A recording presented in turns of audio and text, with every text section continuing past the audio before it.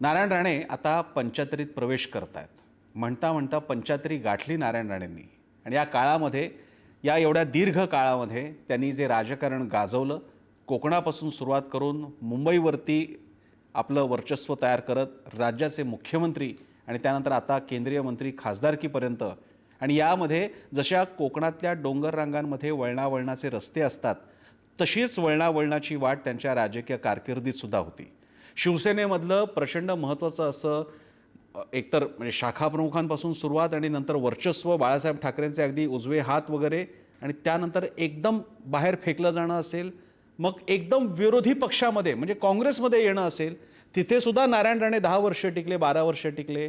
मग तिकडे विलासराव, नंतर कधी अशोक चव्हाण यांच्याबरोबर झालेले वाद असतील, मग पुढे पुन्हा पक्षांतराचा विषय असेल, मग भाजपमध्ये येणं असेल, आणि असं करत करत आता नारायण राणे स्थिरावलेले आहेत आणि आता ते पंचायतरीत प्रवेश करत आहेत.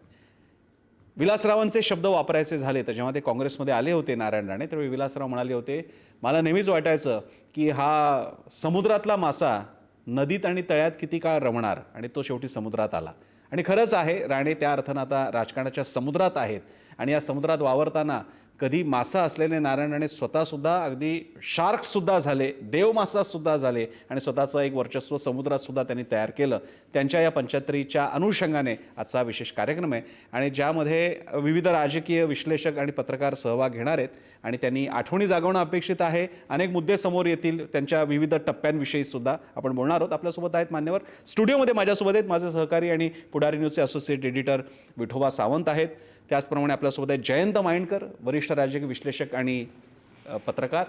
बाहेरून म्हणजे स्टुडिओच्या बाहेरून आपल्यासोबत आहेत महेश म्हात्रे, वरिष्ठ संपादक आणि पत्रकार. मला विजय चोरमारे सुद्धा दिसत आहेत, वरिष्ठ पत्रकार. आणि थोड्याच वेळात पुढारी वृत्तसमूहाच्या मल्टीमीडिया एडिटर मृणालिनी नानिवडेकर सुद्धा आपल्यासोबत असतील. सगळ्यांचं स्वागत. पहिल्यांदा मी स्टुडिओपासून सुरुवात करतो, त्यानंतर मी स्टुडिओच्या बाहेरच्या गेस्टकडे जाईन. विठोबांपासूनच सुरुवात करेन, कारण विठोबा आमचे कोकणातलेच आहे, त्यामुळे चर्चेची सुरुवात कोकणातूनच सुरुवात करूयात. कोकणातला आणखी एक माणूस महेश म्हात्रे आहेत, पण महेश म्हात्रे पालघरचे आहेत. त्यामुळे पालघरला कोकणात म्हटलं तर मला माहीत नाही की सिंधुदुर्गवाले जिथे रायगडला सुद्धा कोकण मानत नाही, तिकडे पालघरला कुठून मानणार. तर मी विठोबांपासून सुरुवात करतो. विठोबा, नारायण राणे पंचायतरीत प्रवेश करतायत, कसं बघताय तुम्ही? मी खरं तर म्हणजे पहिलं तर त्यांना शुभेच्छा वाढदिवसाच्या. सगळ्यात महत्त्वाचं असं आहे की मी 35 वर्ष मागे जाईन. जेव्हा मला नारायण राणे कळले होते प्रथम, तेव्हा 90ची विधानसभेची निवडणूक होती, आणि मुंबईत नगरसेवक असलेले नारायण राणे कणकवली मालवण मतदारसंघ होता तेव्हा विधानसभेचा, तर तिकीट घेऊन आले होते. आणि तेव्हा आमच्या पहिल्यांदा ते दृष्टीस पडले. आणि तेव्हा म्हणजे अगदी 30 दिवस म्हणजे महिन्याभरात ते तिकीट घेऊन आले आणि परत आमदार होऊन परत आले. तेव्हा शिवसेना नुकतीच तिकडे वाढत होती, म्हणजे 2-3 वर्षच झाली होती. आणि त्यावेळी समाजवादी आणि काँग्रेस असंच तिथं राजकीय संघर्ष नव्हता तो ॲक्च्युली, ती म्हणजे एकमेकांचे विरोधक होते.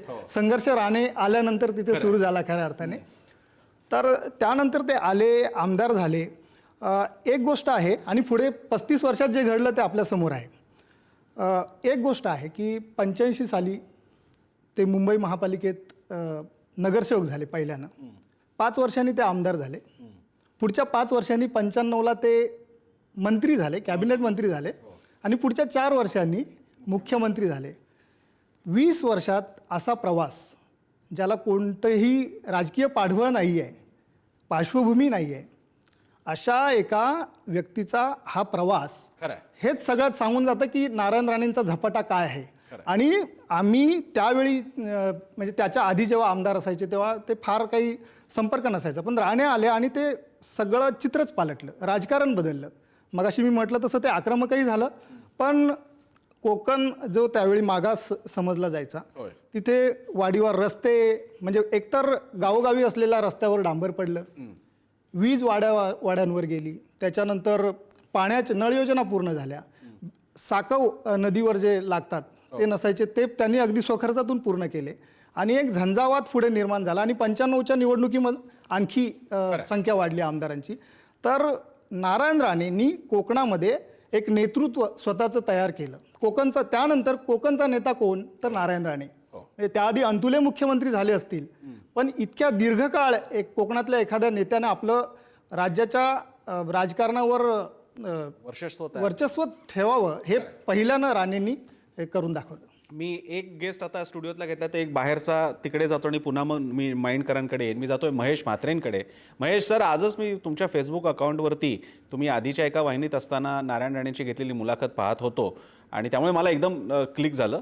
पण तुम्ही कसं पाहताय नारायण राणेंचा हा सगळा प्रवास? आपल्या तुम्ही सगळ्या वरिष्ठ पत्रकारांनी मोठा काळ नारायण राणेंचा सुद्धा कारकीर्द पाहिलेली आहे, पंचायतरीत प्रवेश करते झालेले आहेत. काय भावना आहेत, कसं वाटतंय, काय काय आठवतंय पटकन? नाही, मला पटकन पहिलं आठवत होतं म्हणजे मी नारायण राणेंची पहिली भेट घेतली होती एक साधारणतः 1992-93 मध्ये. आणि त्यावेळेस चेंबूरमध्ये त्यांचं ऑफिस होतं आणि ते ऑफिस इतकं छोटं होतं, G+1 अशी एक छोटी जागा होती. आणि तिथे माझी त्यांची जी पहिली भेट झाली होती ती मला कायम स्मरणात आहे. कारण मी त्यांच्या भेटीसाठी वाट बघत थोडं बाहेर उभा होतो आणि तिथे खूप मोठी लायब्ररी होती. बरं. आणि जेव्हा त्यांनी मला आतमध्ये भेटायला बोलवलं तेव्हा मला त्यांनी विचारलं, काय रे, काय बघत होतास? तर मी म्हणालो की मी पुस्तकं बघत होतो. अच्छा. काय दिसलं तुला? तर मी म्हणालो की खूप वेगवेगळ्या विषयांवरची पुस्तकं आहेत. आणि त्यावेळेपासूनचे अभ्यासू नारायण राणे, तर ते मुख्यमंत्री आणि केंद्रीय मंत्रिपदापर्यंतचा प्रवास करणारे नारायण राणे, हे सगळे टप्पे त्यांच्या आयुष्यातले जवळून बघितलेले आहेत. आणि ज्या पद्धतीने म्हणजे एका माणसाचं उन्नयन किंवा एका माणसाची प्रगती किती मोठ्या प्रमाणात होऊ शकते याचं सगळ्यात उत्तम उदाहरण म्हणजे नारायण राणे असं मी म्हणू शकेन.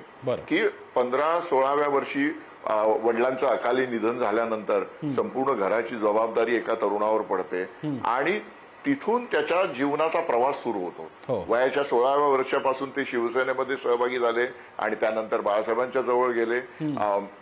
एक छोटी नोकरी होती त्यांचं म्हणजे चतुर्थ श्रेणी कामगाराची नोकरी होती. त्या नोकरीच्या बळावर त्यांनी आधी स्वतःला उभं केलं आणि त्यानंतर राजकारणाच्या सर्व वेगवेगळ्या पायऱ्या, म्हणजे आता विठोबांनी खूप चांगल्या पद्धतीने त्यांच्या जीवनातले टप्पे सांगितले, राजकीय जीवनातले. तर या टप्प्यांवर जात असताना त्यांनी सातत्याने स्वतःला ज्या पद्धतीने विकसित केलं, म्हणजे एकच प्रसंग मी त्यांचा सुंदर किस्सा सांगतो. मी त्यांना विचारलं होतं की तुम्ही ही वेगवेगळ्या विषयांवरची जी माहिती घेता ही कशा पद्धतीने घेता? तेवढं वाचन करायला तुमच्याकडे वेळ असतो का? कारण आपल्याला माहिती आहे सगळे या मंत्री झाल्यानंतर त्यांच्या अवतीभोवती किती मोठ्या प्रमाणात माणसांचा गराडा पडत असतो. त्यांनी सांगितलं मला की मला ज्या ज्या विषयांवरची माहिती हवी असते मी त्या त्या क्षेत्रातले जे तज्ज्ञ असतात त्यांना जेवायला घरी बोलवतो आणि त्यांच्याशी गप्पा मारताना मला त्या विषयाचा इतक्या सुरेखपणे उलगडा होतो आणि माझ्या मनातल्या ज्या काही समस्या असतात किंवा त्या विषयाबद्दल मला ते जे काही जाणून घ्यायचं असतं ते मी त्यांच्याकडून समजून घेतो. म्हणजे 10 पुस्तकं वाचण्यापेक्षा एका तज्ज्ञाशी बोलल्यानंतर तुम्ही त्या विषयाची परिपूर्ण माहिती मिळवू शकता. असा अभ्यासू व्यक्तिमत्व आणि महाराष्ट्राच्या संदर्भात त्यांचं सगळ्यात मोठं योगदान म्हणजे कोकणाबद्दल तर खूप मोठ्या प्रमाणात त्यांचं काम विठोबा सावंत यांनी सांगितलेलं आहे. परंतु मधल्या काळामध्ये जेव्हा मराठा आंदोलन खूप मोठ्या प्रमाणात वाढत होतं तर त्याला सैद्धांतिक बैठक देण्यासाठी त्यांनी जी राणे समितीने जे काम केलेलं आहे, ज्या प्रमाणात त्यांनी अभ्यास करून मराठा समाजाच्या एकूण स्थितीविषयी जो अहवाल दिला, त्यांचं सगळ्यात मोठं योगदान आहे. अगदी. आणि त्यावेळी तो फटकन निर्णय सुद्धा झाला होता आणि राणेंनी त्यांच्या स्टाईलमध्ये तो करून टाकला. त्याच्यानंतर क्वालिटेटिव्ह आणि क्वांटिटेटिव्ह रिसर्च मेथॉडॉलॉजी बाबतीत खूप प्रश्न तयार झाले. पण राणे त्यांनी कामाला धडाका लावला. मुख्यतः म्हणजे कामाला भिडणारे म्हणजे ज्या प्रमाणात अजित पवारांच्या प्रतिमेचं एक ब्रँडिंग झालं ते वास्तवदर्शी झालं की Ajit Pawar is a doer, करणारा माणूस आहे. ते स्वतःच म्हणाले मी कामाचा माणूस आहे. अशीच आणखी एक व्यक्ती नारायण राणे पण आहेत. कोकणवासी त्याचे साक्षीदार असतील. पण ठीक आहे, नारायण राणे कधी असं ब्रँडिंग नाही केलं, एजन्सी कधी नेमली नाही. मी माइंडकरांकडे जातो आणि त्यानंतर मी चोरमारेंकडे सुद्धा जाणार आहे. माइंडकरजी, छगन भुजबळांनी जर का डिसेंबर 1991ला पक्षांतर केलं नसतं तर 1999ला जी एक लॉटरी, माझे शब्द मी बदलणार नाही, लॉटरी नारायण राणेंना माझ्या माहितीप्रमाणे 1 फेब्रुवारी 1999ला जी लागली ती लागली नसती. अच्छा. एखादं रेसिग्नेशन किंवा एखाद वेळेस एखादं पक्षांतर, एखाद्याचा मृत्यू हे जसे अनेकांना दरवाजे उघडून देतात होय. तसं म्हणजे एक सरळ प्रमोद महाजन जर का जिवंत असेल, नितीन गडकरी राष्ट्रीय स्तरावर पोचले असते का, तर याचं उत्तर सगळ्यांना माहिती आहे. तसा तो हे जी एक छगन भुजबळांच्या नंतर जी एक फार मोठी जागा तयार झालेली होती त्या जागेकरता एक लॉटरी लागली. त्याच्यानंतर हे अनेक वेळेला चर्चा होते, त्याच्यात अनेक वेळेला आता शिवसेनेत नसल्यामुळे शिवसेनेचे नेते मंडळी राणेंनाच दोष देतात की राणेंनी 9 महिन्यात आपली सत्ता लगेच त्यांनी असेंब्ली डिझॉल्व्ह केली. ॲक्च्युली तसं नाही आहे ते. त्याच्या आधी कारगिल झालं होतं, लोकसभेची निवडणूक होणार होती, तेव्हा स्वतः प्रमोद महाजन आणि बाळासाहेब ठाकरे यांची बैठक होऊन त्यांनी सांगितलं की आपल्याला आता कारगिलचा फायदा घेऊन कदाचित आपण पुन्हा सत्तेवर येऊ शकतो, म्हणून आपण रिइलेक्शन घ्यावं. मला असं वाटत नाही की बाळासाहेब ठाकरेंच्या संमतीशिवाय नारायण राणे डिझॉल्व्ह करू शकले असते. त्याच्यामुळे अर्थात ते त्यांच्या संमतीने. आणि आता जेव्हा त्यांच्या अगदी बिगिनिंगचा उल्लेख झाला तर मी स्वतः सांगतो, BSTचे ते चेअरमन होते. थोडासा यांनी विठोबाने उल्लेख केला. BST कमिटी, एक BST म्हणजे एक मुंबईतलं एक फार मोठं आर्थिकदृष्ट्या फार प्रबळ असलेलं संस्थान मानलं जातं. आणि त्या संस्थानचे माझ्या माहितीप्रमाणे लागोपाठ 3 वर्ष, म्हणजे पहिली 2 वर्ष फक्त विठ्ठल चव्हाण होते आणि त्याच्यानंतर लागोपाठ 3 वर्ष नारायण राणे हे चेअरमन होते. त्या काळात मी स्वतः त्यांना कव्हर केलेलं आहे. अगदी पांढरी शुभ्र सफारी घातलेले यायचे आणि त्यांचा तीच आवाका वगैरे असायचा. पण आत्ता जर का बोलायचं झालं तर हा जो एक प्रवास आहे ज्याचा पुढच्या डिस्कशनमध्ये येईलच, की शिवसेना त्याच्यानंतर काँग्रेस, त्याच्यामध्ये डायरेक्ट ज्या सोनिया गांधींवर त्यांनी एवढी टीका केली त्याच सोनिया गांधींच्या बरोबर किंवा त्यांचेच ट्रस्टेड लेफ्टनंट आपण ज्याला म्हणू अहमद पटेल यांच्या सहाय्याने मुख्यमंत्री पदाचे स्वप्न पाहणं, त्याच्यानंतर जितके काँग्रेसचे मुख्यमंत्री झाले त्यातल्या कोणाशीही न जमणं. आणि त्याच्यानंतर एकदा एक असाही प्रकार झाला होता, तो इथं एका वाक्यात सांगतो की मध्यंतरी जेव्हा त्यांचं आणि उद्धव ठाकरेंचं बिलकुल जमत नव्हतं तेव्हा भाजपचे एक नेते, मी नावही सांगायला हरकत नाही, नितीन गडकरींनी असा सल्ला दिला होता की अशा वेळेस आमचा पक्ष तुम्हाला योग्य आहे. पुढे ते तिथे आलेच, पण त्यांनी तेव्हा मात्र जेव्हा ते भांडण ऐन पीकला होतं 2005-06 साली, तेव्हा मात्र त्यांनी मानलं नाही, कारण त्यांना 8-9 वर्ष वेगळं राहायला लागलं. आणि त्यावेळी स्वाभाविक आहे, काँग्रेस राष्ट्रवादी सत्तेतले पक्ष तेव्हा सत्तेत, त्यामुळे ते 8-9 वर्ष ते त्या सत्तेकडे डोळा ठेवून ते आले. त्यांचा पुढे दावा असा आहे की अहमद पटेलांनी मला मुख्यमंत्री पद अश्युअर केलेलं. मी त्या मुख्यमंत्री पदाकडे येणार आहे, कारण त्या मुख्यमंत्री पदाचा प्रिटेक्स्ट हा खुद्द युती सरकार जेव्हा म्हणजे निवडणूक हरले ते त्याच्यानंतर सुद्धा एक असा छोटासा काळ होता की ज्यावेळी राणे म्हणत होते आणि बाळासाहेबांना ते म्हणत होते की मी करतो, मी सत्ता आणतो. तो किस्सा मी जरा नंतर कदाचित तुमच्यापैकीच मान्यवर त्याबद्दल बोलतील. मी आता जातोय मृणालिनी नानिवडेकरांकडे. दिल्लीहून आपल्या सोबत आहेत पुढारीच्या मल्टीमीडिया एडिटर, तिकडे ते एका कार्यक्रमात सुद्धा आहेत. मृणालिनीजी, आपण सुद्धा अनेकदा तुम्ही घेतलेल्या मुलाखती वाचलेल्या आहेत. नारायण राणेंना तुम्हाला मोठ्या काळ कव्हर करता आलेला आहे. तुम्ही कशा प्रकारे बघता, कोणते असे वळणावळणाचे तुम्हाला अप्स अँड डाऊन्स त्यांचे जाणवत आहेत? एक तर आपण लक्षात घेऊ, शिवसेना प्रमुख बाळासाहेब ठाकरे यांच्या एका वर्चस्वामुळे, त्यांच्या स्वभावामुळे जी अनेक सामान्य माणसं, अतिसामान्य माणसं सर्वोच्च पदापर्यंत जाऊ शकली, त्यातलं नारायण राणे हे सर्वात महत्वाचं उदाहरण आहे. ते आयकर खात्यामध्ये कारकून होते, तृतीय श्रेणी कर्मचारी होते. तिथून त्यांनी अत्यंत उत्तमरित्या एक शाखा चालवायला घेत स्वतःचा कसा विकास करता येईल, त्याबरोबर कार्यकर्त्यांना कसं मोठं करता येईल याचं स्वप्न पाहिलं, ते प्रत्यक्षात आणलं. त्यामुळे ते बाळासाहेबांच्या नजरेत भरले. त्याच्यामुळे सर्वात पहिल्यांदा मंत्री झाले तेव्हा त्यांचं खातं होतं दुग्ध विकास. आणि नागपूर अधिवेशनात त्यांनी घेतलेला पहिला निर्णय होता, सिंधुदुर्ग जिल्ह्यामध्ये पॉलिथिनच्या बॅग मधून दूध मिळेल. अच्छा. तेव्हा आम्ही पत्रकार म्हणून नवीन होतो, आम्ही हसायचो. तेव्हा राणे आम्हाला म्हणाले होते, तुम्हाला माहित नाही मुंबई पुण्यासारखं दूध पिशवीतून घरी येणं कोकणात हे तिथल्या माझ्या नागरिकांना आणि माझ्या मित्रांना किती आनंद देणार आहे. खरंय. नारायण राणे कुठेही असले तरी त्यांच्या मनातलं कोकण कधीही संपलं नाही. त्यानंतर ते अत्यंत आक्रमक असं राजकारण करायला लागले. त्या राजकारणाचा परिचय महाराष्ट्रात सगळ्यांना आला.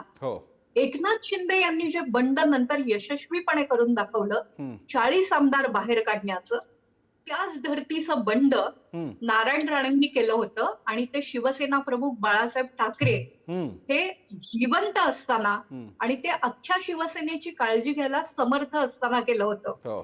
नारायण राणेंच्या राजीनामा देण्यामुळे ज्या पोटनिवडणुका झाल्या त्या मला अजूनही आठवतात. मालवणमध्ये गच्च भरलेल्या सभेत बाळासाहेब स्वतः म्हणाले होते, असं वारंवार झालं तर मी भाषण द्यायला येणार नाही. नारायण राणे यांनी शिवसेनेतून निघून जाणं हे बाळासाहेबांना देखील कुठेतरी दुःख देणारं ठरलं होतं, याचं ते परिचायक मानायला काही हरकत नाही. खरंय. दुसरं, काँग्रेसमध्ये प्रवेश करायच्या आधी मी माझं लांबलेलं वक्तव्य एकच उदाहरण देऊन थांबते. काँग्रेसमध्ये प्रवेश करायच्या आधी शरद पवारही त्यांनी राष्ट्रवादी काँग्रेसमध्ये यावं यासाठी मोठ्या प्रमाणात प्रयत्न करत होते. अच्छा. आता सांगायला हरकत नाही, लंडनमध्ये अजितदादा पवारांना पवार साहेबांनी नारायण राणेंना भेटायला पाठवलं होतं असं म्हणतात. बरं. आणि त्यावेळेला कुठेतरी काँग्रेसच्या दिल्लीकर नेत्यांनी नारायण राणेंना आमचाच पक्ष तुम्हाला लायक आहे हे समजावून सांगितलं होतं. बरं. पण जो विषय आता निघाला की सोनिया गांधींना विरोध करणारे नारायण राणे हो. कधीही तो पक्षात मनाने रमले नाही बरोबर आहे. आणि संधी मिळाल्याबरोबर ते दुसरीकडे चालत आले आणि चालत येताना त्यांनी आपल्या दोन्ही मुलांची वडील म्हणून राजकीय सोय पाहिली. हो. आत्ताही त्यांनी दोन्ही मुलांमध्ये ट्रूज घडवून आणला. असा नेता स्वतःच्या परिवाराचं भलं करताना आपल्या समाजाचं, जिल्ह्याचंही भलं करायचा प्रयत्न करत असतो. हो. त्यामुळे कुठेतरी अंगावर कोणाला तरी घेऊन, कुठेतरी काही शेडी लोकांशी संबंध ठेवून हिंदुत्वाचा गजर करणारा नेता असं राणेंकडे पाहावं लागेल. बरं. 75 वर्षी ते उत्तम राजकारण करतायत, करू शकतायत आणि मुलांना समोर आणतायत, हे आज त्यांना शुभेच्छा देताना नमूद करावंसं वाटेल. यातल्या काही वाटा अत्यंत वाईट होत्या, त्यांनी ते निर्णय घ्यायला नको होते. पण शेवटी 75सा दिवस त्यांच्या कार्यकर्तृत्वाचा गौरव करायचा दिवस आहे. प्रसन्न. कारण अगदी योग्य शब्दात सांगितलं की काही अशा जागा आहेत आणि ती टीका येऊ सुद्धा शकते चर्चेमध्ये, पण हे पण खरं आहे की आज थोडंसं कौतुक आहे, वाढदिवस आहे शेवटी. पण इथे करत असताना सगळ्यांच्या बोलण्यात जो सारखा मुद्दा येतो तो मी घेऊन जातो विजय चोरमारेंकडे. चोरमारेजी, तुम्ही एक बेसिक तर ओपिनियन तुमचं मांडा, मत तर मांडाच, पण एक सारखा मुद्दा येतोय युतीमध्ये त्यांचं मुख्यमंत्री होणं. आधीचा काळ आहे तो बऱ्यापैकी एखाद्या शिवसैनिकाचा कष्टाचा काळ, जो कोणाच्या आयुष्यात वेगळ्या पक्षातही येतोच. खरं नाट्य सुरू होतं ते युती सरकारमध्ये. जोशी सर जातात आणि नारायण राणे मुख्यमंत्री होतात. सत्ता जाते त्यावेळी नारायण राणे म्हणत असतात की हे मी आणतो, पण बाळासाहेब ते होऊ देत नाही, ज्याबद्दल वेगळ्या थिअरीज आहेत. इतकंच नाही, नंतर सुद्धा आमदार फोडायचे ते प्रकार करतात, थरारक नाट्य घडतं. ह्या बाबतीत ते जे डॅशिंग डेव्हिल नारायण राणे आहेत त्या बाबतीत सुद्धा विजय चोरमारेजी. प्रसन्न, सर्वप्रथम नारायण राणे यांना त्यांच्या अमृत महोत्सवाच्या निमित्त मनपूर्वक शुभेच्छा. खरं तर एखाद्या राजकीय नेत्याच्या म्हणजे नारायण राणेंच्या आयुष्याबद्दल बोलायचं झालं तर कोकणातल्या रस्त्यांसारखं त्यांचं आयुष्य आहे. म्हणजे एका माणसाच्या आयुष्यात किती चढउतार असू शकतात आणि किती वळणं असू शकतात हे नारायण राणे यांच्या आयुष्याकडे बघितल्यानंतर कळतं. मी त्यांना सुरुवातीला शिवसेनेत, बाळासाहेब ठाकरेंच्या शिवसेनेत असताना बघितलेलं आहे त्यांचं राजकारण. त्यानंतर त्या एका टप्प्यावर होते की आता उद्धव ठाकरेंनी शिवसेनेचा ताबा म्हणजे तिथं कमांड घेतली होती, घेत होते हळूहळू. त्या काळात मी नारायण राणेंना बघितलेलं आहे आणि नंतर शिवसेना सोडल्यानंतर तर पुढचा प्रवास तर खूप जवळनं बघितलेला आहे. म्हणजे एका टप्प्यावर उद्धव ठाकरे सूत्र घेत असताना नारायण राणे ठामपणे पत्रकार परिषदेत सांगत होते की माझे नेते फक्त बाळासाहेब ठाकरे हेच आहेत. म्हणजे ज्या काळात मनोहर जोशी हे उद्धव ठाकरे उद्याचे नेते आहेत असं समजून त्यांना आपल्या मंच उपलब्ध करून देणं, त्यांच्याशी जवळीक साधणं हे सगळं करत होते, त्यावेळी नारायण राणे थेटपणे उद्धव ठाकरेंची पंगा घेऊन माझे नेते फक्त बाळासाहेब ठाकरे आहेत हे ठामपणे सांगणारे नेते होते. खरं तर आपण महाराष्ट्राच्या एकूण राजकारणातली परंपरा बघताना नारायण राणेंची कुठल्या परंपरेतले आहेत तर बाळासाहेब देसाई यांची आठवण येते. म्हणजे जे मंत्री प्रशासनाला आपल्यावर प्रभुत्व गाजवू देत नाहीत, म्हणजे ज्या मंत्र्यांनी प्रशासनावर प्रभुत्व गाजवलं, म्हणजे मंत्रालय आहे तो पूर्वी सचिवालयाचं मंत्रालय झालं, पण मंत्रालय झाले तरी त्याचा कारभार सचिवच करतात हे सगळ्यांना माहित आहे. तर तिथं बसून ज्या मंत्र्यांनी अत्यंत ताकदीनं कारभार केला त्यातलं पहिलं नाव बाळासाहेब देसाईंचं घेतलं जातं. त्या परंपरेतली नंतरची 2 नावं आहेत. मगाशी उल्लेख झाला नारायण राणे आणि अजित पवार. म्हणजे प्रशासनातल्या कुठल्याही अधिकाऱ्यांनी या नेत्यांच्या वर कुरघोडी करण्याचा किंवा या नेत्यांचा निर्णय किंवा आदेश डावलण्याचं धाडस कधीही केलं नाही. बरं. कारण एक प्रशासनाची नेहमीची भूमिका असते की हे तुम्ही मुख्यमंत्री म्हणजे माझ्या समोरची अनेक उदाहरण आहेत, नावं घ्यायला नको मुख्यमंत्र्यांची. मुख्यमंत्र्यांनी सांगितल्यानंतर सुद्धा ते साधे कारकून लेवलचे अधिकारी म्हणतात हे वर्ष 2 वर्षासाठी ते मी इथं परमनंट आहे, की आजही तिथल्या प्रशासनाची नोकरशाहीची मानसिकता असते. पण हे नारायण राणे किंवा अजित पवारांच्या बाबतीत कधी घडलं नाही. खरंय. आता देवेंद्र फडणवीसांच्या बाबतीतही तसं आहे.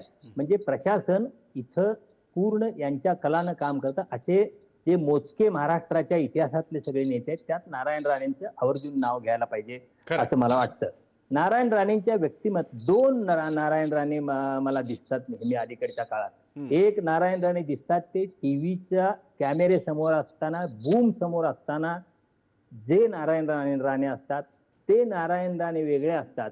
आणि कुठलाही टीव्ही किंवा कुठलीही माध्यम नसताना माणूस म्हणून जे नारायण राणे असतात ते पूर्ण वेगळे असतात. बरं. म्हणजे माणूस म्हणून असलेल्या नारायण राणेंना जर अनुभवलं तर हे ते काल टीव्ही समोर असतात ते हेच का, बरं. असा प्रश्न पडवा. इतकं प्रचंड अंतर आहे या दोन्ही व्यक्तिमत्वांच्या मध्ये. म्हणजे माध्यमांच्या समोरचे नारायण राणे आणि माध्यमांच्या समोर नसलेले नारायण राणे. खरंय. म्हणजे इतका माणसावर इतकं प्रेम करणारा, इतका आत्मीय, इतका माणुसकी संपन्न असा राजकीय नेता फार कमी अशा पद्धतीचे राजकीय नेते आहेत. हो. दुसरा जो तुम्ही मुद्दा मांडला ह्याचा मनोहर जोशींच्या नंतर स्थित्यंतराचा, हो. जे घडलं ते फार काळ त्याची चर्चा नव्हती.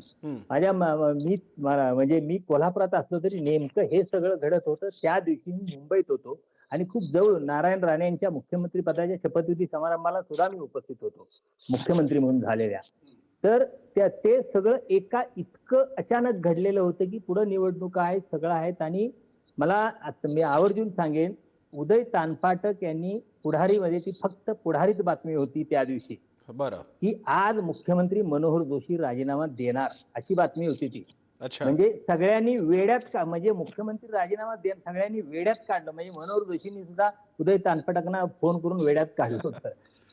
तर असं आणि तसं घडलं होतं. आणि संध्याकाळी मनोहर जोशींचा राजीनामा झाला होता. बरं. आणि दुसऱ्या दिवशी सकाळी मला वाटते 9-10 वाजता अगदी लवकर असा तो त्यांचा नारायण राणेंचा मुख्यमंत्री पदाचा शपथविधी झाला होता.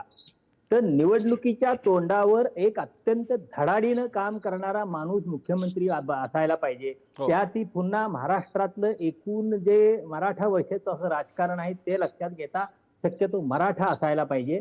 या गोष्टी लक्षात घेऊन बाळासाहेब ठाकरे यांनी नारायण राणे यांच्याकडे जबाबदारी दिली होती. मग त्याचा उल्लेख झाला की राणे दुग्ध विकास मंत्री होते. काय कोकणाचा दुधाचा काही संबंध नाही, पण ज्यावेळी राणे दुग्ध विकास मंत्री होते म्हणजे त्यावेळी सुद्धा त्यांनी तो विषय इतका समजून उमजून त्या खात्यात काम केलं होतं. नंतर महसूल मंत्री आल्यानंतर तर सगळा महाराष्ट्राचा 7-12 त्यांच्या नजरेत होता. इतकं ते प्रभावीपणे त्यांनी त्या ठिकाणी काम केलेलं आपल्याला आठवत असेल. मी इकडचा एक मुद्दा घेऊन मी मृणालिनी मॅडमकडे जातो, कारण त्यांना पुढे ते दिल्लीतल्या एका कार्यक्रमाला कव्हरेजसाठीच गेलेले आहेत. ते त्यांना आमंत्रित आहेत, त्या विशेष आमंत्रित आहेत.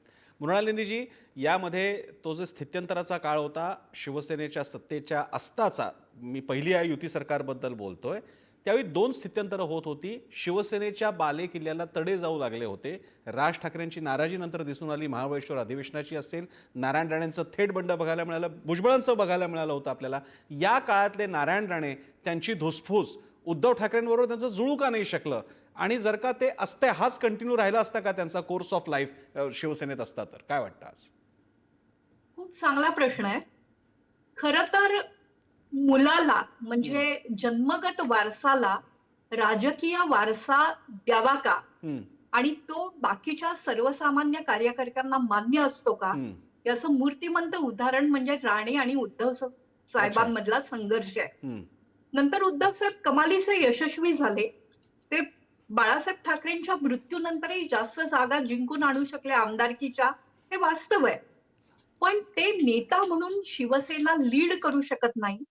हा मुद्दा राज ठाकरेंनी, हा मुद्दा नारायण राणेंनी आणि हा मुद्दा काहीसा राजकारणातल्या नॉन प्लेअर असलेल्या स्मिता ठाकरेंनी समोर आणण्याचा प्रयत्न केला.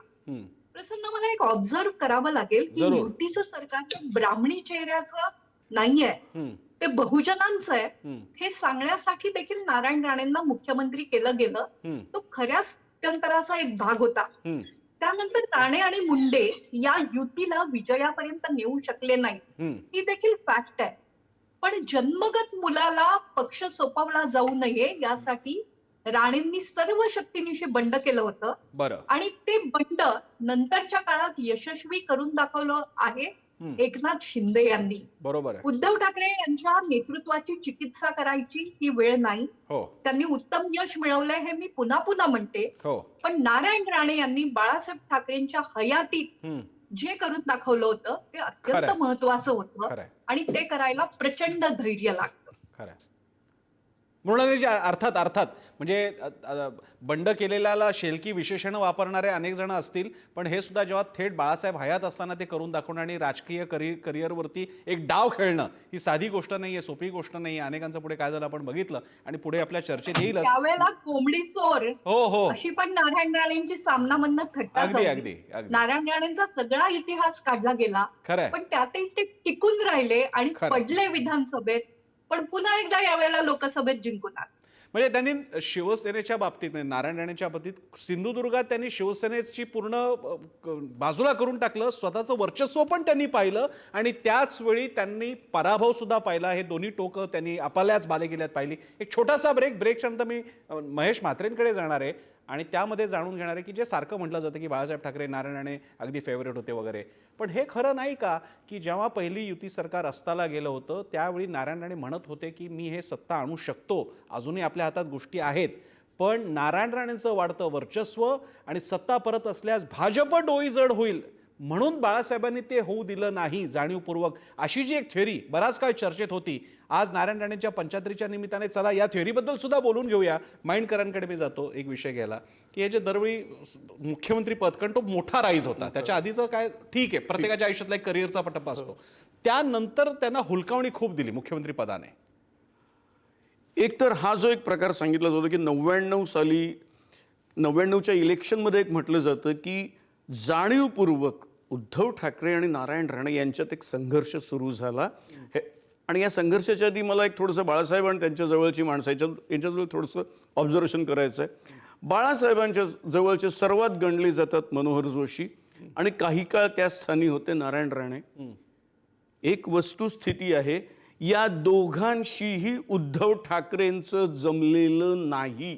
आपल्याला माहितीच आहे की खुद्द मनोहर जोशींना सुद्धा शिवाजी पार्कच्या सभेतून भर सभेतून त्यांना खाली उतरावं लागलं. ते खूप नंतर झालं, ते खूप नंतर 2012ला त्यांची खासदारकी संपली. मला वाटतं 2012 की 2013 बाळासाहेबांचा मृत्यू आणि त्याच्यानंतर बाळासाहेबांच्या मृत्यूनंतर झालेल्या लगेचच्या सभेत ही घटना घडलेली आहे. त्याच्यामुळे ते जे काही टिकले ते केवळ बाळासाहेबांच्यामुळे. तोच प्रकार नारायण राणेंच्या बाबतीत झाला. फक्त नारायण राणेंच्या बाबतीत आधी एवढाच करता झाला की स्वतः बाळासाहेबांनी सुद्धा भूमिका घेतलेली होती. जेव्हा त्या काही स्लोगन्स होत्या, एक राणे अंगार है बाकी सब भंगार है वगैरे, अशा एअरपोर्टवर जेव्हा दिल्या गेल्या होत्या, मला असं वाटतं 2005ची गोष्ट आहे, तेव्हा बाळासाहेबांनी भूमिका घेतली की मला हा नको, असं अगदी पत्रकार परिषदेत म्हटलेलं होतं. आता हा जो प्रकार आहे, ज्यांचं वडिलांशी जमलं म्हणजे पॅट्रियार्कशी जमलं ते मुलांशी जमतच नाही, तर याचे अगदी भारतातले सगळेच पक्ष हे फॅमिली ओरिएंटेड आहे. याची अनेक उदाहरणं देता येतील. मी फक्त एका वाक्यात सांगू शकतो की जे अहमद पटेल हे अगदी इंदिरा गांधींच्या पासून गांधी परिवाराशी लॉयल आहेत. राहुल गांधींशी त्यांचं जवळपास जमत नव्हतं, त्यांचं तिकीट जाणार होतं, ते त्यांना पुढे देण्यात आलं, पुढे त्यांचा मृत्यू झाला ही गोष्ट वेगळी, पण अशा घटना असतात. त्याच्यामुळे त्याचा आपण कुठे संबंध जोडावा या आपण अनालिसिसमध्ये पडू नये. त्याच्यानंतर 99च्या बाबतीत मला एवढंच, हा जो एक प्रकार आहे की एकमेकांनी एकमेकांचे उमेदवार पडायचा प्रयत्न केला, ही वस्तुस्थिती आहे. कारण भाजपचा प्रयत्न हा होता की आता आपल्याकडे मुख्यमंत्रीपद आलं पाहिजे, तर ऑब्व्हियसली राणे म्हणजे शिवसेनेचा प्रयत्न मुख्यमंत्रीपद आपल्याकडे राहावं. पण शिवसेनेचा हा प्रयत्न असताना ते मुख्यमंत्रीपद राणेंना मिळावं असं नसून तेव्हापासून म्हणजे 20 वर्ष आधीपासून स्वतः उद्धव ठाकरेंचा प्रयत्न हा होता की ते मुख्यमंत्रीपद त्यांच्याकडे आलं पाहिजे. हा एक अँगल. पण मी सरळ जातो 2005ला त्यांनी सगळं सोडून आपले ते काय सोनिया गांधींवर टीका केल्यानंतर ते जेव्हा काँग्रेसमध्ये आले तेव्हा एक त्यांनी सतत प्रेस कॉन्फरन्समध्ये वगैरे दावा केलेला आहे बरं. की अहमद पटेलांनी आणि ते ए के अँटनी तेव्हाचे डिफेन्स मिनिस्टर त्यांचाही रेफरन्स द्यायची की मी त्यांना भेटलेलो आहे आणि मला ॲश्युरन्स मिळालेलं आहे बरं. की मला मुख्यमंत्री केलं जाऊ शकतं. आपल्याला माहिती आहे त्याच्यानंतर विलासराव अशोक चव्हाण म्हणजे अशोक चव्हाणांच्या मंत्रिमंडळात तर खरंय, खरंय. अशोक चव्हाण माझे नेते होऊच शकत नाही हो. या भाषेत नारायण राणे अडून बसलेले होते. त्याच्यानंतर पृथ्वीराज चव्हाण. तर मी इथे हा एक प्रश्न जरा मी विठोबा सावंतांना घेऊन मग मी महेश म्हात्रेंकडे मी जाईन. पण विठोबा, असं नाही का वाटत की नारायण राणेंना त्यांचं हा जो कोकणी बाणा, मराठी बाणा, शिवसेनेचा बाणा, शिवसैनिक बाणा आणि नारायण राणे बिंग नारायण राणेंचा स्वतःचा एक ॲटिट्यूड, दरवेळी ते असं मनातलं एकदम बोलून टाकायचंय, अशोक चव्हाण माझे नेते नाहीत, मला मुख्यमंत्री व्हायचंय. नंतर तो एक राडा पण झाला होता जो सोनिया गांधींसमोर झाला आणि मग ते एका वृत्तपत्राने ते अशा प्रकारे दाखवलं की नारायण राणेंचं सगळं प्रकरण होतं. तर या गोष्टी टाळता आल्या असत्या का? नारायण राणे थोडे सॉफ्ट राहिले असते तर करिअरच्या ज्या टप्प्यावरती त्यांना यश मिळते ते जरा आधी मिळालं असतं. टाळता आल्या असत्या का हे नारायण राणेंना कोण सांगेल, कारण तो त्यांचा स्वभाव आहे आणि ते असं पोटात एक असं नारायण राणेंच्या बाबतीत नसतं, हे आपण पाहिलंय. नारायण राणेंच्या बाबतीत एक गोष्ट आपल्याला माहीत असायला पाहिजे की धाडस, हो, त्याच्यानंतर संधी निर्माण करणं आणि मिळालेल्या संधीचं सोनं करणं, हे त्यांना बरोबर जमतं. बरं. जे धाडस म्हणून मी सांगेन की आता जेव्हा नगरपालिकेला, मुंबई महापालिकेमध्ये ते पहिल्यानं नगरसेवक झाले चेंबूरमधून, तेव्हा तिथे काही त्याआधी शिवसेनेचा उमेदवार जिंकलेला नव्हता. हो. पण अशा ठिकाणी तिकीट मिळवून ते नगरसेवक झाले. ते म्हणतात की त्याच्या गमती वेगळ्या आहेत, त्या मी नंतर कधीतरी सांगेन म्हणून. याचा अर्थ तुम्ही समजा. दुसरं, ते मालवणला जेव्हा 90 साली आले तेव्हा तिथे विठ्ठल चव्हाण, मोहन मुरारी सावंत अशी अनेक नावं चर्चिली जात होती. त्याच्या आधी तिथे कधी शिवसेनेचा आमदार नव्हता. पण राणेंनी ते तिकीट मिळवलं आणि मी मगाशी म्हटल्याप्रमाणे ते अगदी महिन्याभराच्या आत पुन्हा तिकीट घेऊन गेले आणि आमदार होऊन परत आले. होय. 95ला कोणी म्हटलं असतं की नारायण राणे 4 वर्षात मुख्यमंत्री होतील तर असं कुणाचा विश्वास बसला नसता. कारण नारायण राणे काही त्यावेळी शिवसेनेचे जे प्रमुख नेते होते त्यामध्ये त्यांची गणना कधी केली जात नव्हती. पण ती परिस्थिती त्यांनी 4 वर्षात निर्माण केली, तिथे संधी निर्माण केली आणि संधीचं सोनं केलं. मुख्यमंत्री म्हणून त्यांनी अगदी अवघ्या 8-9 महिने जे मिळाले त्याच्यामध्ये त्यांचा स्वतःचा ठसा उमटवला. हेच नारायण राणेंचं वैशिष्ट्य आहे की ते बेधडकपणे हे करतात. आता त्याची त्यांना किंमत कुठे मोजावी लागली तर आपण म्हणू की त्यांनी स्वतंत्र पक्ष स्थापन केला. तो केला नसता तर कदाचित बरं झालं असतं. ते काही यशस्वी होऊ शकला नाही. किंवा 99ला निवडणूक लवकर घेतली. आता हे धाडस आहे, ते अंगाशी आलं. ते काही त्यांनी एकट्याने केलं नसेल, पण त्यांचा त्याच्यामध्ये महत्त्वाचा शब्द असेलच की मी पुन्हा सत्ता आणेन. तर कधी कधी हे अंगाशी येतं धाडस, हे खरं आहे. पण त्या धाडसामुळे राणे यशस्वी झाले हेही आपल्याला बघायला पाहिजे आणि अधिक वेळा त्यांचं धाडसच त्यांच्या फायद्याचं ठरलेलं आहे. आशुतोष पाटील, वरिष्ठ संपादक आणि पत्रकार सुद्धा आपल्यासोबत आलेले आहेत. त्यांचं स्वागत. त्यांच्याकडे जाण्यापूर्वी मी महेश म्हात्रेंकडे जातो. महेशजी, जेव्हा नारायण राणे काँग्रेसमध्ये गेले ना, हा खरंच गमतीदार, नारायण राणे आणि काँग्रेसमध्ये असं ते म्हणजे छगन भुजबळ सुद्धा एक वेळ स्वीकारार्ह होतं, पण नारायण राणे कसे काय गेले, तो जो काळ होता, त्या काळात कधी तुमचं बोलणं झालं होतं का? त्यावेळी राजकीय परिस्थिती काय होते, वारे काय वाहत होते, काय चर्चा होती? विलासराव किंवा स्वर्गवासी विलासराव असतील, अशोक चव्हाण असतील, यांच्याशी कधी तेव्हा ऑफ द रेकॉर्ड गप्पांमध्ये काय चाललं होतं की नारायण राणे आता काँग्रेसमध्ये, काय आठवत आहे? नारायण राणे ज्यावेळेस काँग्रेसमध्ये गेले त्याच्या आधी छगन भुजबळ आपण काँग्रेसवासी झालेले पाहिलेले होते आणि राणे ज्या सुमारास या काँग्रेसच्या दिशेने जात आहेत, या काळामध्ये आम्ही काही पत्रकार छगन भुजबळांना भेटलो होतो आणि साहजिक विषय नारायण राणे यांच्यावर निघाला. त्यावेळेस छगन भुजबळ यांनी जे वाक्य उच्चारलं होतं ते वाक्य असं होतं की काँग्रेसमध्ये एखादा माणूस आल्यानंतर त्याला काँग्रेसच्या संस्कृतीमध्ये कशा पद्धतीने मिसळावं लागतं याचं उदाहरण मी आहे काही प्रमाणामध्ये. नारायण राणे तशा पद्धतीने काँग्रेसच्या संस्कृतीत मिसळतील का याबद्दल माझ्या मनात शंका आहे आणि ती शंका त्यांची त्यानंतरच्या काळामध्ये आपण खऱ्या अर्थाने उतरलेली पाहिली. कारण नारायण राणेंचा जो कार्यकाळ होता काँग्रेसमध्ये असताना, सुरुवातीला विलासराव देशमुख, त्यानंतर सुशील कुमार शिंदे, त्यानंतर अशोक चव्हाण, पृथ्वीराज चव्हाण या 4 मुख्यमंत्र्यांच्या बरोबर त्यांनी काम केलं आणि हे काम करत असताना नारायण राणेंनी आपल्या टर्म्सवर काम केलेले आपल्याला दिसतंय.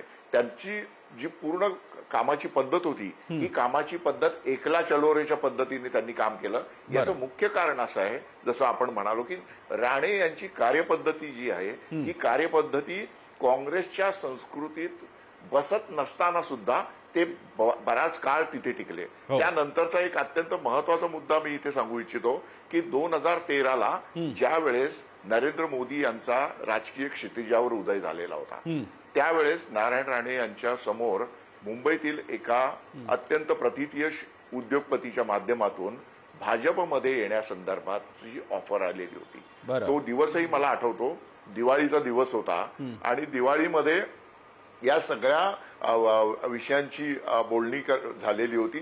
लक्ष्मीपूजनाच्या दिवशी 2013चं लक्ष्मीपूजन, आणि नारायण राणेंना जेव्हा ही ऑफर दिली त्या ऑफरमध्ये स्पष्ट सांगितलेलं होतं की तुमचा या संपूर्ण भारतीय जनता पक्षात आल्यानंतर तुमच्या पदात संदर्भात मान राखला जाईल आणि तुमच्या 2 मुलांचा सुद्धा मान राखला जाईल. आपण पहा, नारायण राणे त्यानंतरच्या काळात भारतीय जनता पक्षात आलेले आपल्याला दिसत आहे, परंतु 2013 म्हणजे 2014च्या निवडणुकीच्या सुमारास जर नारायण राणे भारतीय जनता पक्षात आले असते तर खूप मोठ्या प्रमाणात महाराष्ट्राचं राजकारण बदललं असतं, परंतु तसं झालं नाही.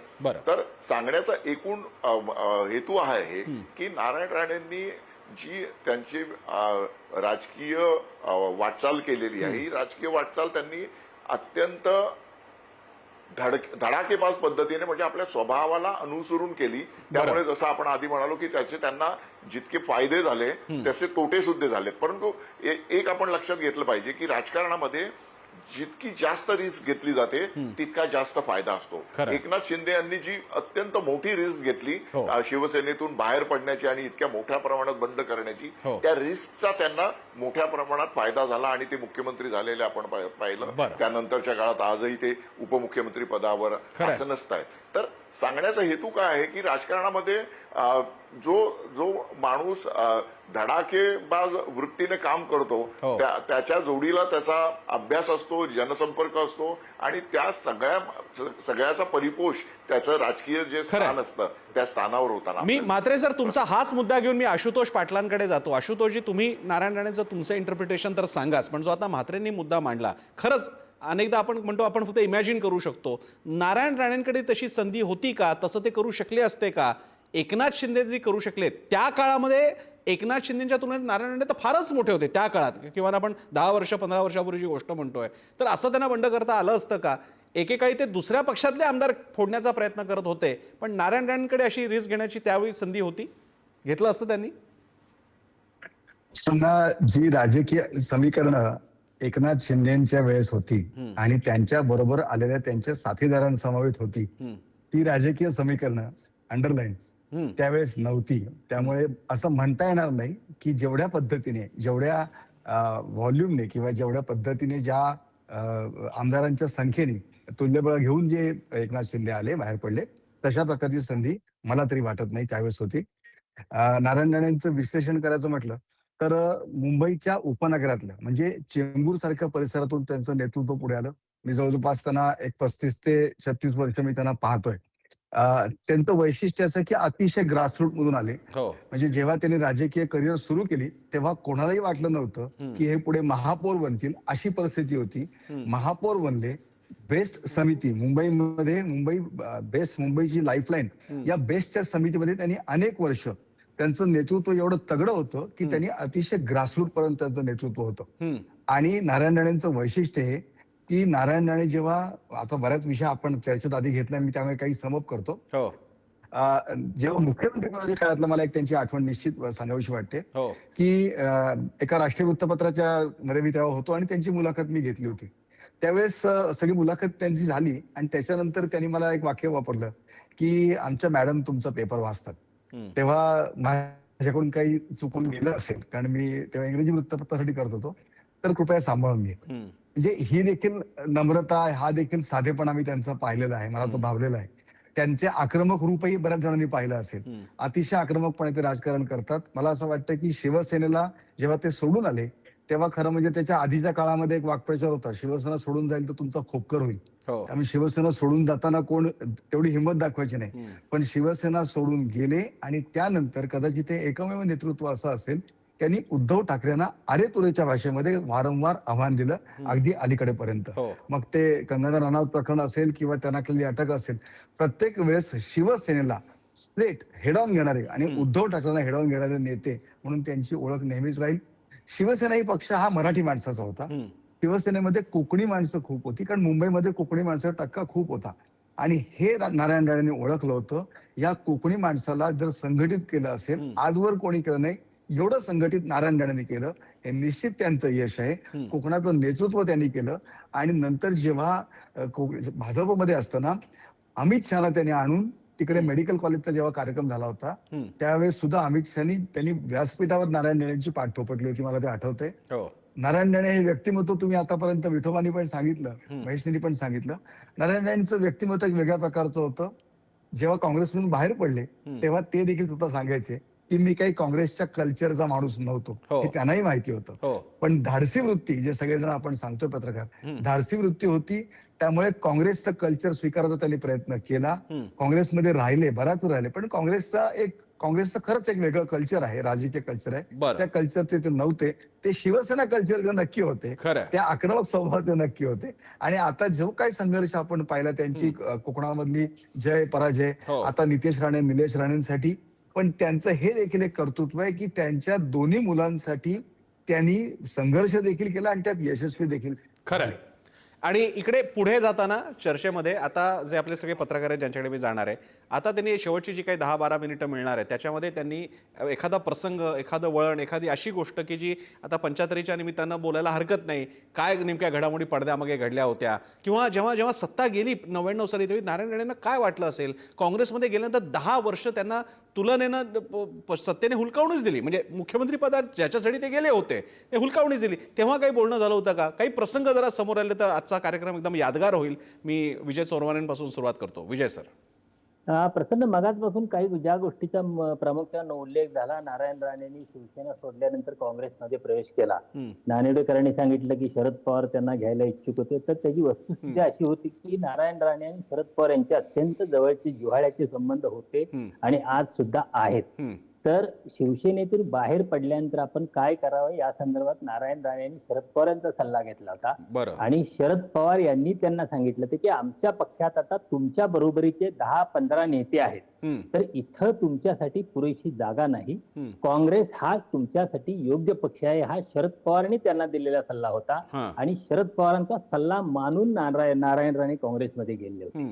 म्हणजे हे लक्षात घ्यायला पाहिजे. दुसरी म्हणजे त्यांनी त्यांचे प्रहार वृत्तपत्र सुरू केलं, त्याचं उद्घाटन आपल्या वृत्तपत्राचं प्रकाशन सुरुवात त्यांनी शरद पवारांच्या हस्ते केलेली होती. इतके त्यांचे पवारांच्या राजकीय आणि व्यक्तिगत पातळीवर ही जिव्हाळ्याचे संबंध होते. दुसरी जी गोष्ट आहे, विलासरावांनी राजीनामा दिला, म्हणजे नारायण राणे यांची मुख्यमंत्री पदाची एक संधी कधी आली होती, ज्यावेळी मुंबईवरच्या हल्ल्यानंतर विलासराव रामगोपाल वर्माला घेऊन ताज हॉटेलला भेट दिली आणि त्यानंतर त्यांचं मुख्यमंत्रीपद गेलं. त्यावेळी दिल्लीतून निरीक्षक आले होते, प्रणव मुखर्जी होते, ए.के. अँटनी होते आणि त्यांनी काँग्रेसच्या आमदारांचा नवा नेता कोण असावा या संदर्भात सगळ्यांची 1 to 1 चर्चा केलेली होती. तर आश्चर्य वाटेल, त्यात बहुतांश आमदारांनी नारायण राणे यांना पसंती दिलेली होती. अगदी प्रणव मुखर्जी, ए.के. अँटनी सुद्धा आश्चर्यचकित झाले होते की अगदी अलीकडे पक्षात आलेल्या राणेंनी आपल्या इतक्या मोठ्या प्रमाणावर आमदारांचं समर्थन कसं काय असू शकतं. पण त्यावेळी राहुल गांधी हे अशोक चव्हाणांसाठी अनुकूल होते, त्यामुळं तिथं राणेंच्या बाजूने आमदारांचा जास्तीत जास्त आमदारांचा कौल असून सुद्धा अशोक चव्हाणांना लॉटरी लागली होती. हा एक महत्वाची गोष्ट. म्हणजे मी फक्त वेळेची मर्यादा म्हणून, पण हा अतिशय इंटरेस्टिंग आणि चांगला संदर्भ तुम्ही दिलेला आहे. महेश म्हात्रेंकडे. महेश म्हात्रेजी, एखादा किस्सा, प्रसंग, एखादं वळण राणेंच्या कारकिर्दीतलं. मी एक वेगळा किस्सा सांगतो, जो राजकीय किस्सा नाहीये. नारायण राणे ज्या प्रहार वर्तमानपत्राचे मालक आणि संचालक आहेत, तिथे मी संपादक म्हणून काम करत असतानाची ही आठवण आहे. आम्ही आई असते श्रावण नावाचा एक वेगळा कार्यक्रम घेतला होता ठाण्यामध्ये आणि त्या कार्यक्रमाला नारायण राणे सपत्नीक त्या कार्यक्रमाला हजर होते. त्या कार्यक्रमामध्ये त्यांनी कार्यक्रम सुरू होण्याच्या आधी मला सहज विचारलं की आई असते श्रावण असं टायटल या कार्यक्रमाला का दिलेलं आहे. तर मी सांगितलं की श्रावण म्हणजे असा संपन्नतेचा महिना, जिथे एक निसर्ग वेगळ्या पद्धतीने फुललेला असतो आणि मनाला आनंद. आपण सगळे श्रावणमासी हर्षमानसी त्या कवितेमुळे श्रावणाकडे त्या नजरेने बघत असतो. यावर ते म्हणाले की आम्ही मात्र पाहिलेला श्रावण वेगळा आहे. कोकणामध्ये श्रावण महिना लागला की घरोघरी म्हणजे अति पावसामुळे लोकांचा बाह्य जगाशी संपर्क तुटतो आणि जे चाकरमान्यांच्या मनी ऑर्डरवर अवलंबून असणारी जी घरं आहेत त्या घरामध्ये पैसे येणं बंद होतं. तर त्यांनी सांगितलं की माझ्या आईने मला सांगितलेलं होतं की श्रावण महिना लागला की दर आपल्या वाडीतली जेवढी कुटुंब आहेत त्या कुटुंबाकडे 5,000 रुपयाचं पाकिट पोहोचलं पाहिजे, ती जबाबदारी तुमची, अशी त्यांना त्यांच्या आईने ताकीद दिलेली होती. आणि दरवर्षी ते म्हणाले की श्रावण महिन्यामध्ये ते पूर्ण करत असतो. तर हा एकदम वेगळा असंही राणे कोकणच्या माणसाबाबतीत जसं म्हणतात तसं कोकणची माणसं साधी भोळी, हृदयात भरली त्यांच्या शहाळी. आता शहाळं तर मी म्हणणार नाही, असले तर नारायण राणे फणसासारखे वाटतात मला. ते काटेरी पण आहेत पण आतमध्ये मात्र फणस आहे, त्यामुळे दोन्ही उपमा त्यांना लागू होऊ शकतात. शेवटचा काही वेळ असेल, एक प्रतिक्रिया आणखी घेऊयात. जयंत मांडकरजी, किस्सा किंवा आठवण. मला आता जो मगाशी रेफरन्स झाला की एकनाथ शिंदेच्या सारखं त्यांनी का नाही ते करू शकले, तर मला आठवतं 2004 ते 2007-08 पर्यंत 1 by 1 जवळपास 7 ते 8 राजीनामे आलेले होते. आणि जिथे जिथे राजीनामे दिले, अगदी त्या वडाळ्याचा आपला कालिदास कोळंबकरांच्या पासून स्वतः मालवणला त्या राणेंचंही बाय इलेक्शन झालं, सर्व ठिकाणी शिवसेनेचे आमदार जे कोणी होते ते पडले, काँग्रेसच्या नावाने तेच निवडून आले. फक्त रायगडमध्ये श्याम सावंतचा पराभव झाला.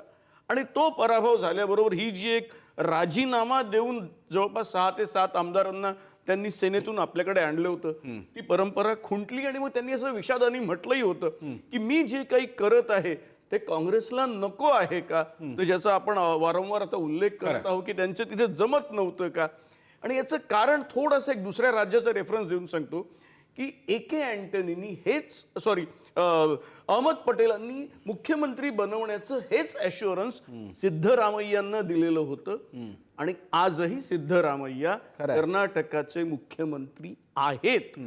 मात्र हेच ॲश्युरन्स नारायण राणेंना देऊन सुद्धा ते एकदाही वापरल्या गेलेलं नाही, ही सुद्धा वस्तुस्थिती आहे. मी शेवट करणारे विठोबा सावंतांवर, त्यापूर्वी मी आशुतोष पाटलांकडे जातो. आशुतोषजी, या सगळ्या आपल्या चर्चेमध्ये ना यातला एक धागा शिवसेनेतला तो असा की इतर ठाकरेंबरोबर जरी बिनसलं असलं तरी राज ठाकरेंबरोबर नारायण राणेंचे संवाद, संपर्क, संबंध आतापर्यंत अगदी चांगलेच राहिलेले आहेत.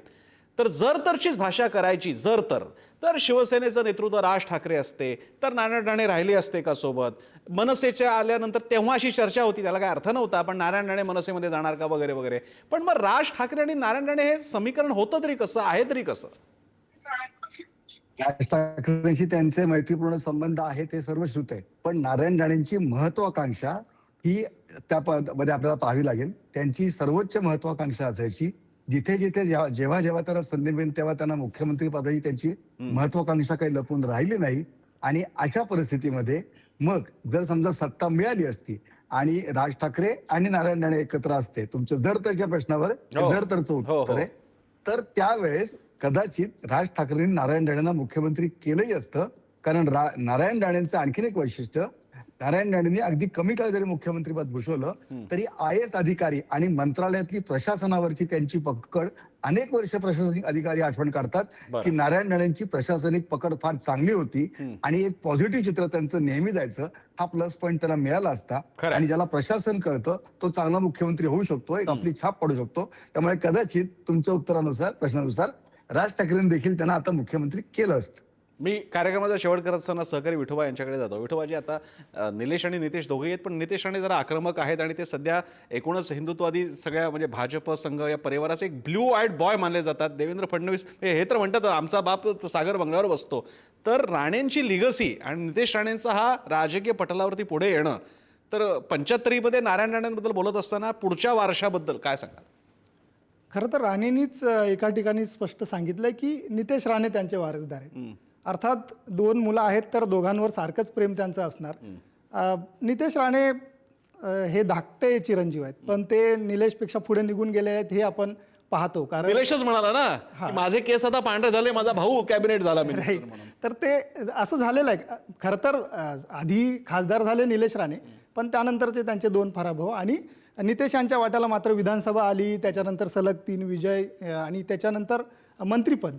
आणि त्यांनी एक ट्रॅक व्यवस्थित पकडलेला आहे जो वडिलांप्रमाणे आहे की म्हणजे ते जेव्हा काँग्रेसमध्ये होते तेव्हा भाजप विरोधात टोकदार बोलायचे, तसं राणे करतात. आणि आता भाजपमध्ये आहेत तेव्हा पूर्ण हिंदुत्ववादी झालेले आहेत. तर त्यामुळे हा जो वारसा आहे तो नितेश राणेंकडे गेलेला आहे. पण अलीकडच्या काळामध्ये आपण पाहिलं नगर परिषदेच्या निवडणुकीत की 2 भावांमध्ये म्हणजे राणे वर्सेस राणे विरुद्ध राणे हा संघर्ष सिंधुदुर्गाने पाहिला. आणि या निवडणुकीत राणे काहीसे तटस्थ राहिले होते. कारण जे राजकारण घडलं अर्थात त्याच्यात भाजपमधलं राजकारण ही कारणीभूत होतं. तर त्यामुळे तटस्थ राहिले. पण त्यानंतर जी जिल्हा परिषदेची निवडणूक झाली त्यावेळी सगळी सूत्र पुन्हा एकदा राणेंनी आपल्या हातात घेतली. राणेंना बाजूला ठेवून किंवा राणे विरुद्ध राणे असा संघर्ष करून सिंधुदुर्गात राजकारण करण्याचा प्रयत्न झाला हे लक्षात आल्यानंतर स्वतः या वयात राणे समोर आले आणि त्यांनी दोन्ही भावांमध्ये समेट घडवून आणला, युती केली. त्यामुळे तुर्तास दोन्ही भावांमध्ये एक त्यांनी समेट जरी घडवला असला तर भविष्य काळात नितेश राणे त्यांचे वारसदार आहेत. पण निलेश राणेंना ही कमी लेखून चालणार नाही. पुढच्या काळात 2 राणेंचा संघर्ष किंवा 2 राणेंचं राजकारण स्पर्धा सिंधुदुर्गात नक्की दिसेल. कार्यक्रमाच्या शेवटी नारायण राणे यांना शुभेच्छा द्यायच्या आहेत. पंचायतीत ते प्रवेश करतायत आणि त्यांनीच म्हटल्याप्रमाणे मध्येच मध्ये कोणीतरी बातमी पेरली आणि बाहेर आली की संन्यास घेणार म्हणून, पण नारायण राणेंनीच त्यांच्या खुमासदार शैलीत म्हटलं कोणी म्हटलं असं, मी कधी असं म्हटलं वगैरे. तर त्यांनी घेऊ पण नाही आणि त्यांचं हे राजकारण आपल्याला बघायचं आहे. मधल्या काळात सिंधुदुर्गात जाणं झालं होतं त्यावेळी अनेक ठिकाणी बोर्ड पाहायला मिळाले, एकच नारा म्हणजे नारायण राणे. तर तो हा नारा कोकणातला असाच दुमदुम दे आणि नारायण राणेजी तुम्हाला शुभेच्छा पुढच्या राजकारणासाठी आणि कारकिर्दीसाठी सुद्धा. या कार्यक्रमासाठी आपल्याला सगळ्या मान्यवर पत्रकारांनी वेळ दिला, त्यांचे आभार मानूया. इथेच थांबूया. पाहत रहा पुढारी न्यूज.